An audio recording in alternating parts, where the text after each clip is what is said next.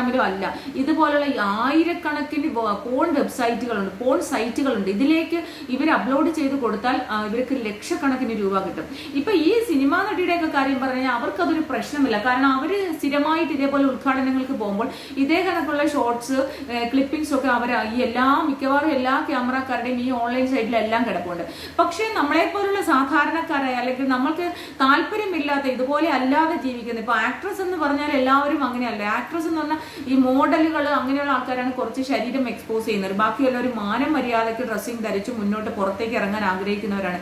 അവർ പോലും അറിയാതെ കാറിൽ നിന്ന് ഇറങ്ങുമ്പോഴൊക്കെ ആയിരിക്കും അവരുടെ ഉള്ളിൽ നിന്ന് ഇങ്ങനെ ക്ലിപ്പിംഗ്സ് മുകളിൽ നിന്ന്, ഞാൻ അതിന്റെ ഒരു നീലക്കൂരിന്റെ വീഡിയോ പണ്ട് ഞാൻ ഇട്ടിട്ടുണ്ട്, ഇങ്ങനെ മുകളിൽ നിന്ന് ഇങ്ങനെ സൂം ചെയ്ത് പിടിച്ചിട്ട് ഇവിടത്തെ ആ ഒരു ഇത് കാണാൻ വേണ്ടിയിട്ട് അങ്ങനെ പിടിക്കുന്ന ആൾക്കാരുണ്ട്. കാറിൽ നമ്മൾ അറിയുന്നില്ല, ക്യാമറ ഇങ്ങനെ പിടിച്ചിരിക്കുക, കാറിന്റെ ഡോർ തുറക്കുമ്പോൾ ഇങ്ങനെ മുകളിൽ നിന്നായിരിക്കും ഇറങ്ങുന്നത്. നമ്മൾ ഇറങ്ങുമ്പോൾ ഒന്ന് ജസ്റ്റ് കുനിഞ്ഞിട്ടല്ലേ നമ്മൾ ഇറങ്ങുന്നത്, നമ്മുടെ ചെരുപ്പ് നോക്കും, നമ്മുടെ താഴോട്ട് കാല് വെക്കുമ്പോൾ ജസ്റ്റ് ഒന്ന് കുനിയും. അപ്പൊ ഇതെല്ലാം ഇത് പിടിച്ചിട്ട് ഇടുന്ന കുറെ വിവരദോഷികൾ, കുറെ ചെറ്റകളുണ്ട്.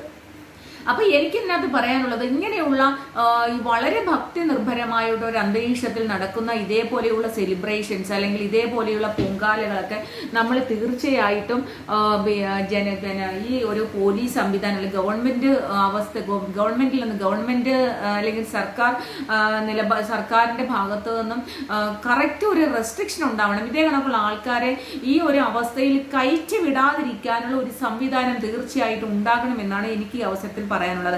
കാരണം ഇവർക്ക് പൊങ്കാലയ്ക്ക് മുന്നേ, പൊങ്കാല നടക്കുന്നതിന് മുന്നെയോ പൊങ്കാല നടന്നതിന് നമ്മൾ നിവേദിക്കുന്നതിന് മുമ്പ് നമ്മൾ അവിടെ നിൽക്കുമല്ലോ, നിവേദിക്കുന്ന നമ്മളൊരു 11 മണിയൊക്കെ കഴിയുമ്പോഴത്തേക്ക് നമ്മുടെ പൊങ്കാല റെഡിയാവും. അപ്പോൾ 11 മണിയാകുമ്പോഴത്തേക്ക് പൊങ്കാല റെഡി ആയി കഴിഞ്ഞാൽ പിന്നെ നമ്മൾ 2-2:15 വരെ നമ്മളവിടെ വെയിറ്റ് ചെയ്യാണ്. ആ ഒരു സമയത്ത് ഇവർക്ക് ഏതെങ്കിലും രീതിയിൽ ബൈറ്റ് എടുക്കണമെങ്കിൽ വന്ന് ബൈറ്റ് എടുക്കാം. അല്ലാണ്ട് പൊങ്കാല ഇടുന്ന അത്രയും ഭക്തി നിർഭരമായിട്ട് ഇടുന്ന ആ ഒരു സമയത്തിൽ ഇങ്ങനെയുള്ള വിഷജന്തുക്കളെ അല്ലെങ്കിൽ ഇങ്ങനെയുള്ള ആൾക്കാരെ ഓൺലൈൻ സോഷ്യൽ മീഡിയ ആയാലും സാധാരണ മീഡിയയിൽ ഒരു മീഡിയക്കാരെയും ഉള്ളിലേക്ക് കടത്തി വിടാതിരിക്കാൻ ഗവൺമെന്റ് തലത്തിലുള്ള ഒരു സംവിധാനം ഇനിയുള്ള വർഷങ്ങളിൽ ആവശ്യമാണ്. കാരണം ഇതൊരു സാധാരണക്കാരായ സ്ത്രീ ആയാലും നമ്മൾ അറിയത്തില്ല, ഏതെങ്കിലും തരത്തിൽ നമ്മൾ അങ്ങോട്ടും ഇങ്ങോട്ടും തിരിയും, നമ്മൾ എല്ലാം നമ്മൾ തന്നെ ചെയ്യണം. തീ കത്തിച്ച് ഒരു സ്ഥലത്ത് ഇരുന്നല്ല നമ്മൾ ചെയ്യുന്നത്, നമ്മൾ നിന്നും കുനിഞ്ഞും ഇരുന്നും ഒക്കെ നമ്മൾ ചെയ്യുമ്പോൾ ഏതെങ്കിലുമൊക്കെ തലത്തിൽ നമ്മുടെ ശരീരത്തിന്റെ ഏതെങ്കിലുമൊക്കെ ഭാഗങ്ങൾ കണ്ടാൽ അത് പിടിച്ച് ഏതെങ്കിലും പോൺസൈറ്റിൽ ഇട്ടൊന്നും നമ്മൾ അറിയുന്നില്ല. നമുക്കൊരിക്കലും അറിയാൻ പറ്റില്ല. കാരണം നമ്മൾ എപ്പോഴും ദേവിയുടെ മന്ത്രോച്ചാരണങ്ങളോടാണ് ഇരിക്കുന്നത്. അപ്പൊ ഇതിനെ റെസ്ട്രിക്റ്റ് ചെയ്യണം, ഇതിനെ തീർച്ചയായിട്ടും ഇതിനെ നിരോധിക്കണം. ഇങ്ങനെയുള്ള ആൾക്കാരെ ഈ ഒരു പൊങ്കാല നടക്കുന്ന സമയത്ത് ഒരിക്കലും അകത്തേക്ക് പ്രവേശിപ്പിക്കാൻ, അവരുടെ ഇടയിലേക്ക് പുരുഷന്മാരെ പ്രവേശിപ്പിക്കാതിരിക്കാനുള്ള നടപടി തീർച്ചയായും ഗവൺമെന്റ് സംവിധാനം